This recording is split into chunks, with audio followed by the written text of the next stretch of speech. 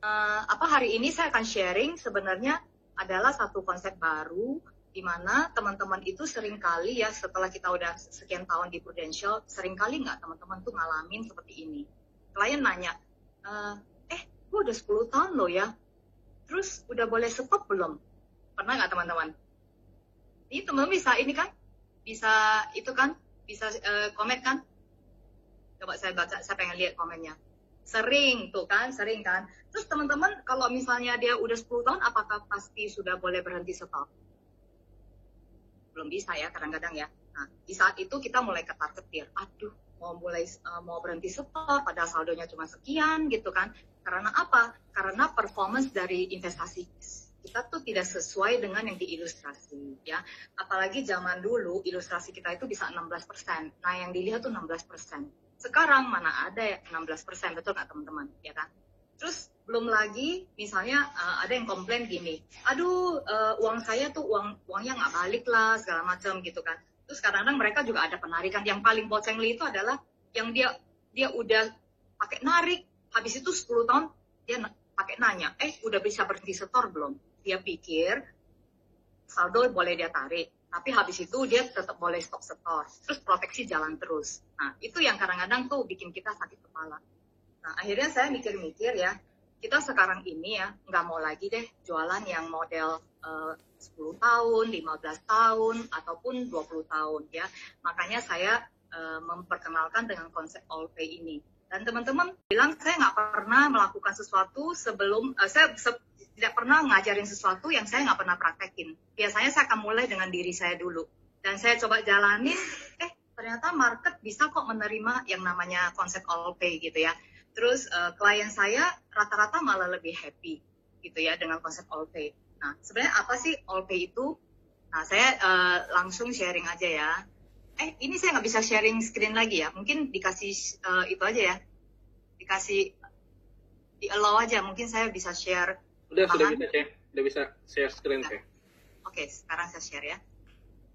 Oke, saya mau share satu konsep namanya all pay.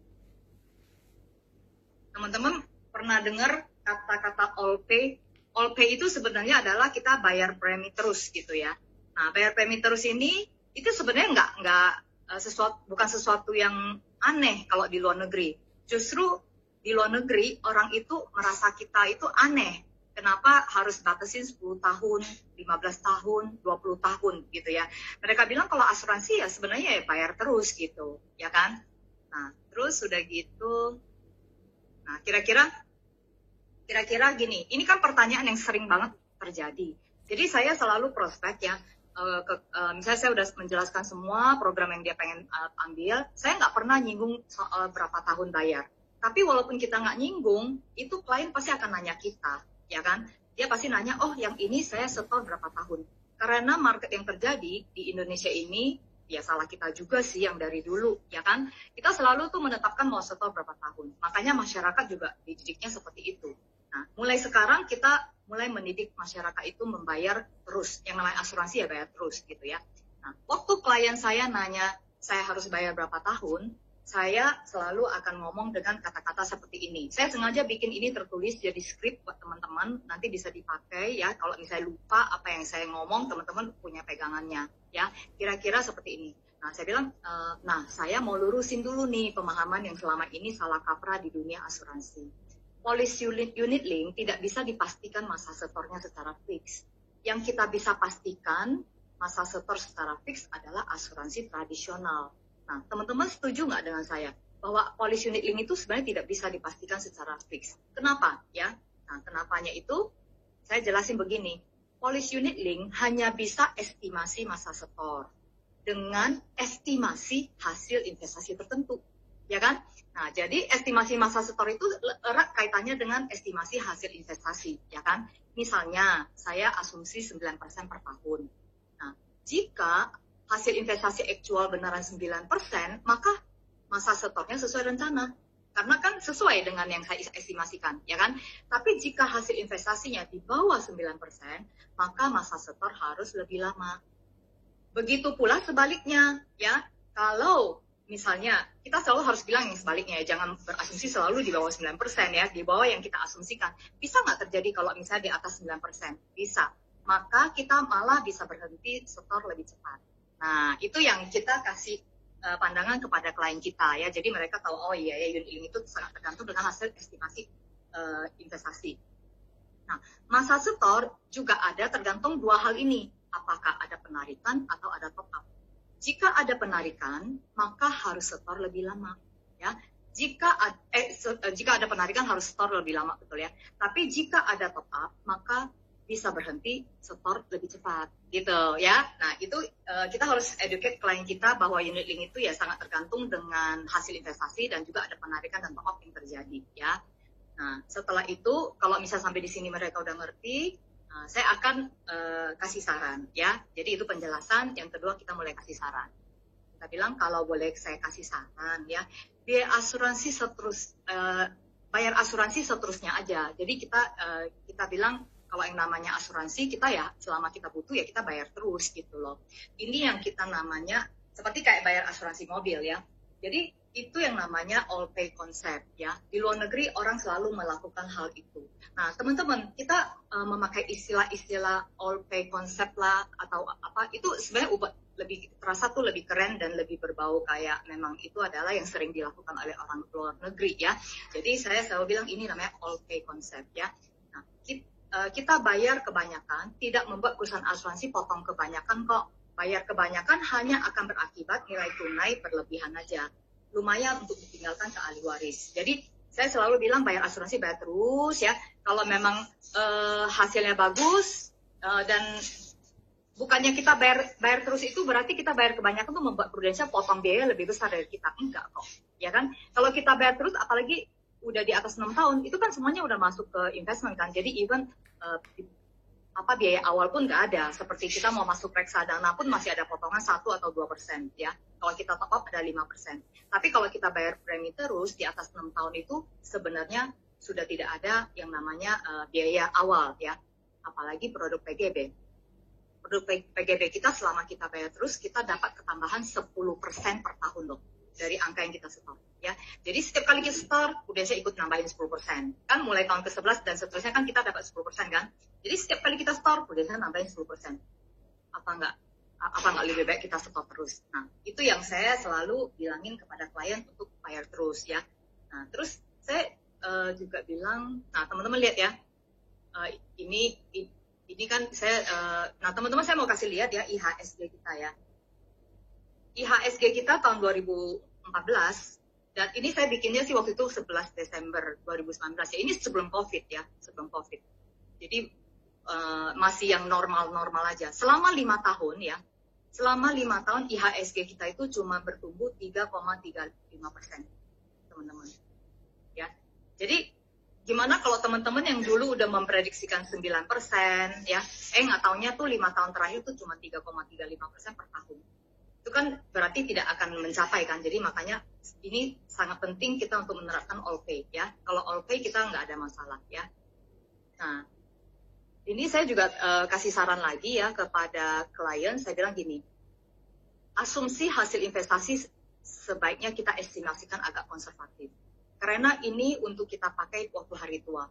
Bagaimana kalau 5% tahun aja yang kita estimasikan? Tadi kan teman-teman lihat ya, IHSG aja cuma 3% loh, ya kan? Tapi yang mungkin nggak selamanya seperti itu. Jadi kita pakai asumsi 5%, oke nggak saya bilang?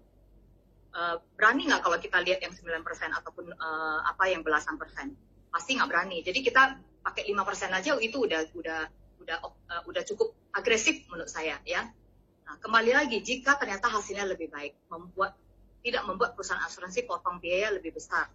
Hasil investasi kita ternyata jika lebih besar daripada 5%, hanya akan berakibat nilai tunai yang lebih besar aja dan kita akan tinggalkan ke ahli waris kita ya. Jadi teman-teman setelah mengajak klien untuk berasumsi 5%, terus kita kasih tahu bahwa dalam hal ini Prudential sangat konservatif. Premi kita memang udah dikunci dengan asumsi hasil investasi 5% per tahun. Tidak diperkenankan agen tentukan premi berdasarkan hasil investasi yang lebih tinggi daripada 5%. Jadi maksudnya gini, kalau misalnya kita menentukan asumsi bunga lebih tinggi daripada 5%, itu preminya kan bisa lebih kecil, betul nggak? Jadi contoh, misalnya 5%, kalau asumsi 5% perlu premi 10 juta. Otomatis kalau misalnya asumsi bunga lebih tinggi, misalnya 9 atau 10%, premi yang dibutuhkan lebih kecil dong, gitu kan. Nah, itu yang tidak diperkenankan. Jadi, Prudential itu udah set ya, kalau dengan asumsi konsep all pay, kalau kita bayar terus ya, premi kita pasti akan aman dan mencukupi dan untuk mempertahankan proteksi kita jika hasil investasi yang terjadi adalah 5%. Jadi itu maksudnya, ya.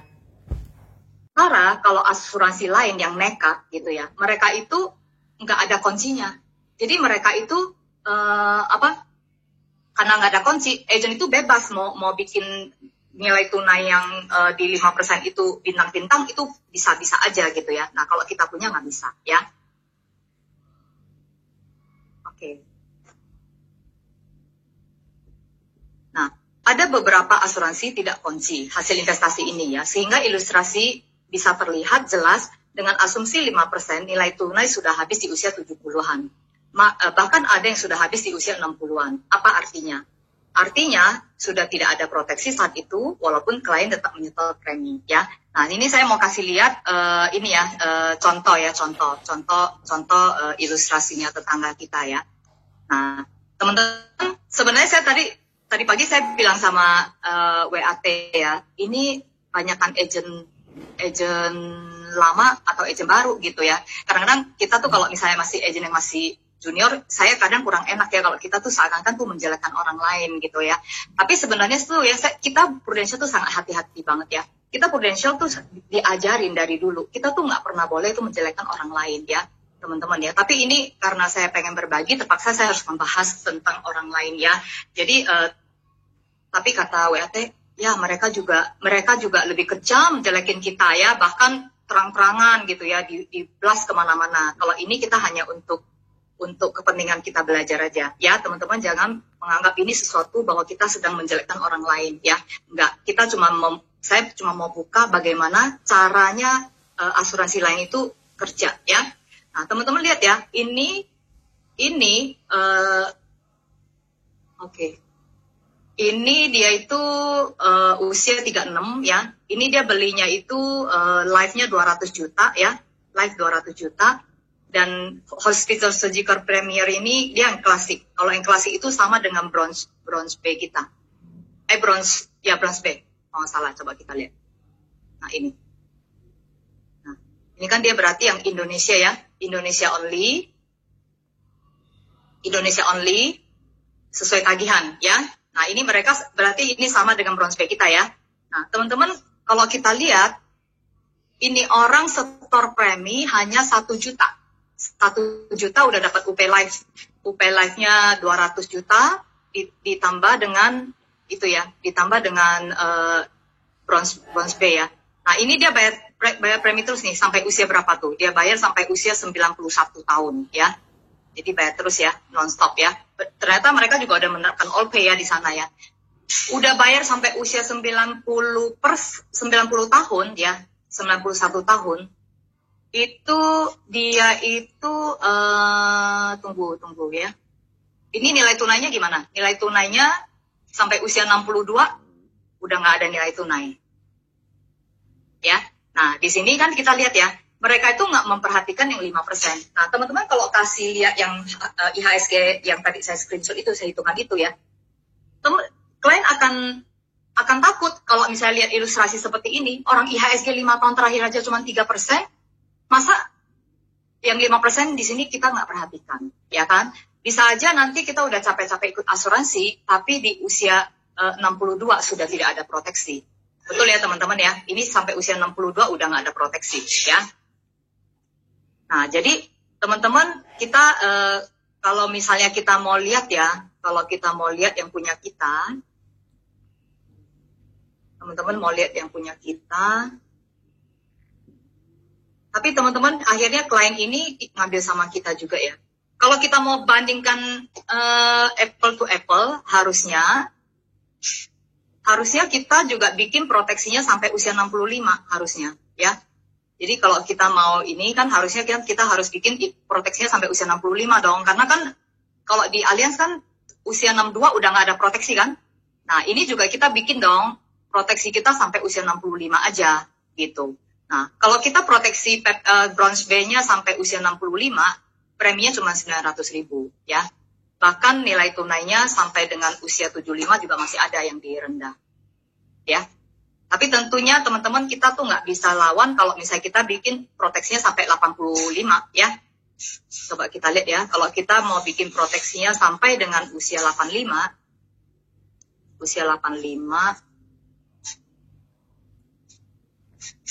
nah premi kita 1,3, ya kan? Nah, kalau kita mau proteksinya sampai 85, itu nggak bisa 1 juta. Karena apa? Karena kembali lagi yang tadi saya jelasin, ya. Prudential itu harus menjaga yang kolom yang 5% ini harus terisi sampai usia 85. Makanya preminya menjadi 1,3. Gitu ya. Jadi itu perbedaan yang terjadi di Allianz sama kita karena mereka itu tidak kunci di 5%. Jadi mereka biarkan 5%-nya bintang-bintang. Yang penting mereka bisa jalankan ilustrasi itu. Nah, Prudential tidak akan allow kita melakukan itu. Kalau kita mau sampai proteksinya sampai 85, kita nilai tunainya yang di kolom 5% harus terisi sampai 85.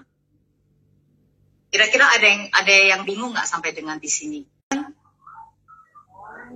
Saya mau ajak ini adalah usia, ini adalah premi, ya kan? Nah, kalau usia itu kan ada usia 30, 40, 50, 60, 70, 80. Dan misalnya ini 90 di sini ya. Nah, grafik COI itu cost of insurance adalah seperti ini. Makin tua makin mahal ya. Kurang bagus. Gitu ya. Itu kurang bagus. Gitulah ya. Nah, jadi makin tua makin mahal. Jadi waktu usia 30 kita itu COI-nya cuma segini, 40 makin lama makin mahal, makin mahal, makin mahal, makin mahal. Nah, tapi kalau misalnya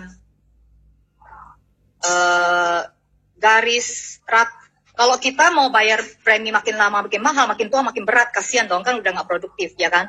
Nah makanya asuransi itu menetapkan yang namanya level premi. Nah ini level premi ya. Kalau yang ini namanya COI ya.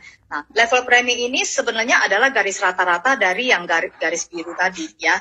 Kalau di rata-rata ya segitu gitu ya.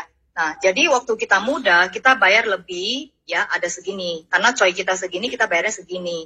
Waktu usia 40, COI kita segini, kita bayarnya lebih juga, ya. Ada kelebihan, tapi udah lebihnya lebih sedikit. Di usia 50 juga sama, 60 juga sama. Ini semua adalah kelebihan premi yang kita bayar. Tujuannya apa? Ini semuanya akan dikelola oleh Prudential, ya. Dikelola supaya untuk apa? Untuk menutup periode yang di sini ya. Periode yang di sini di mana kebalikan yang terjadi. COI kita segini, kita tetap bayarnya segini ya. COI kita suatu saat lebih tinggi daripada level premi kita. Nah, segitiga ini harusnya sebesar segitiga yang periode yang berikutnya ya. Periode yang di ini harus mengcover periode yang di sini. Nah, segitiga harus sama besar ya. Tapi banyak sekali perusahaan asuransi yang nekat ya, yang menurunkan level premi ini. Yang tadi kan ini level preminya harusnya 1,3 tuh. 1,3 juta. Baru bisa cocok dengan COI-nya sampai 85, ya kan? Tapi ada yang nekat. Kalau ada yang nekat, dia bikinnya 1 juta. Seperti teman kita tadi, ya. Dia bikinnya 1 juta. Berarti kan di bawah itu kan. Oh, teman-teman mungkin di-mute aja kali ya. Oke. Nah, berarti kalau saudara kita yang di A sampai Z itu, kalau misalnya dia itu turunin level premi, berarti segitiga yang di waktu muda ini cuma segini, betul nggak? Kira-kira cukup nggak untuk mengcover segitiga yang nantinya di sini? Nah, cukup kan? Ini segitiganya jauh lebih gede loh daripada segitiga ini.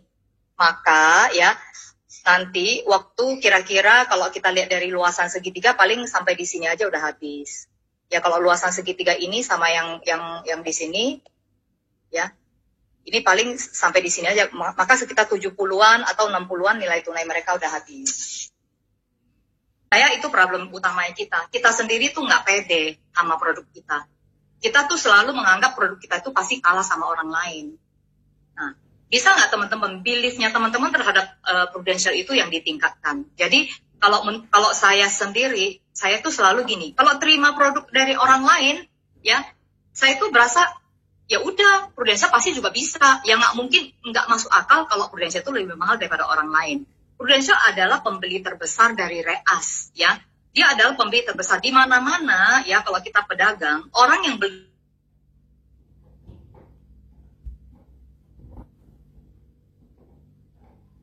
ya kita gitu ya, kita kasih harga paling mahal.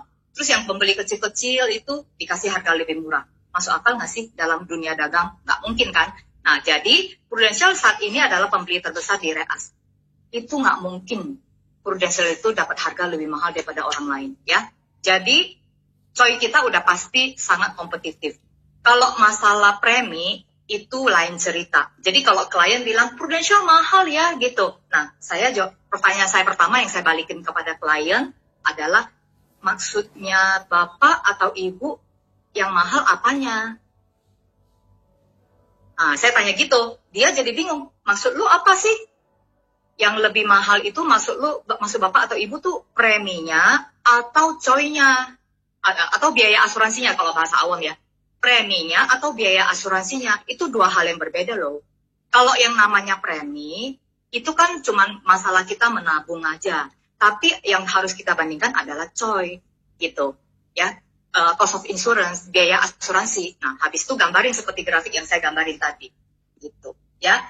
Jadi kalau orang bilang Prudential lebih mahal, saya pasti pertanyaan pertama adalah itu, ya. Yang dimaksudkan dengan lebih mahal apanya? Preminya atau biaya asuransinya? Gitu ya, seperti itu ya kira-kira ya. Kalau misalnya ya teman-teman udah mulai jualan pakai Allpay ya, saya pengen kasih lihat ke teman-teman ya. Saya so far merasa jualannya jauh lebih gampang ya. Teman-teman lihat, teman-teman percaya nggak kalau misalnya kita beli yang bronze A ya, bronze A untuk orang yang usianya 30-an gitu ya, itu nggak nyampe 1 juta ya. 600.000, 700.000 udah bisa beli bronze A. Jadi kita sebenarnya udah nggak perlu jual HS. Kalau HS itu kan untuk yang marka yang lebih rendah. Tapi masa sih orang 600.000, 700.000 nggak mampu sih? Dia sebenarnya udah bisa dapat bronze A loh, ya. Nah, teman-teman saya mau kasih lihat ya, percaya nggak teman-teman kalau silver B itu untuk usia 35 itu harga preminya jadi segini, ya. Kalau teman-teman pakai konsep Allpay ya, kalau teman-teman pakai Allpay seperti ini. Tuh. Gimana nggak gampang jualan itu, ya? Bronze B, silver B itu berarti udah bisa ke Asia di luar Singapura, Jepang, Hong Kong, ya. Bisa ke Taiwan, bisa ke Korea, Malaysia, ya. Dan itu limitnya 3 miliar dan 12 miliar. Tapi bayarnya itu cuman 1 juta. Jadi untuk yang bronze B, silver B ya, silver B 1,3. Yang tengah, yang merah. Tengah. 1,3 juta itu udah bisa dapat proteksi sampai 3 miliaran.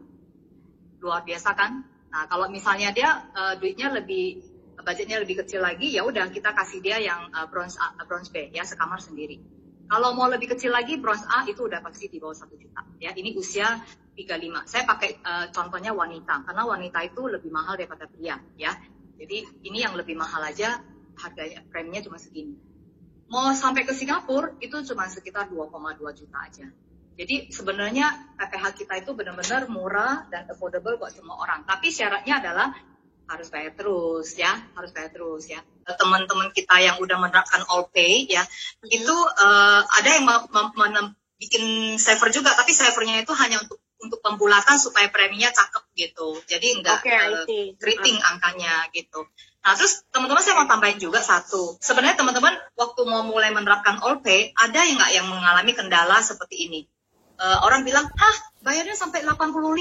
Aduh, masa gua udah pensiun masih suruh bayar premi terus? Nah, itu kan betul kan? Ada handle objection seperti itu. Nah, saya akan bilang sama orang itu gini. Sebenarnya waktu kamu mau mutusin pensiun, sebenarnya ada biaya yang lebih besar yang perlu kamu khawatirkan, yaitu biaya hidup. Betul nggak? Saya bilang, kalau premi ini cuma 1 jutaan, 1,5 juta atau 2 juta di waktu usia lu 55 ya, si orang tadi yang usia 35 itu 20 tahun kemudian 2 jutaan itu kan sudah menjadi tidak material juga kan, bener nggak? Ya kan? Yang dia perlu khawatirkan lebih banyak adalah biaya hidup. Di saat lu berani memutuskan tidak kerja, ada biaya yang lu harus pikirkan, yaitu biaya hidup yang lebih besar daripada premi ini, saya bilang gitu. Nah, kita bilang premi asuransi itu adalah cost of living yang harus kamu masukkan sebagai biaya hidup yang kamu perlu consider pada saat kamu mau pensiun. Kamu harus pikirin itu. Biaya hidup adalah biaya makan, biaya transport, biaya rumah tangga, biaya asuransi. Itu adalah satu paket gitu ya. Jadi orang akhirnya oh iya benar gitu. Jadi akhirnya mereka nggak usah pikirin lagi bahwa emang kenapa kalau pensiun premi asuransi harus pasti stop gitu. Kan enggak juga gitu. Seperti itu ya kira-kira ya. Thank you banget, Teci. Oke. Terus tadi ini di chat ada yang nanya, saya baca sekilas yang mengenai asuransi rawat jalan ya. Kalau rawat jalan, saya bilang sama klien gini ya.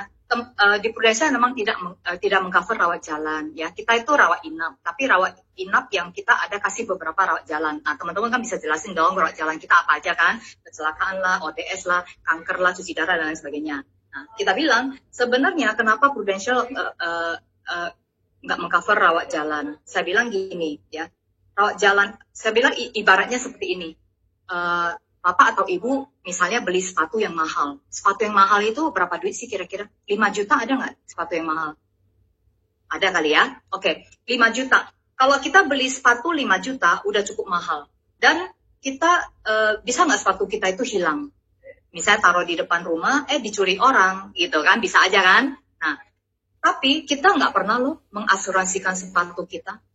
Walaupun sepatu 5 juta, mahal juga. Tapi pernah nggak kita asuransikan sepatu? Kan nggak pernah kan?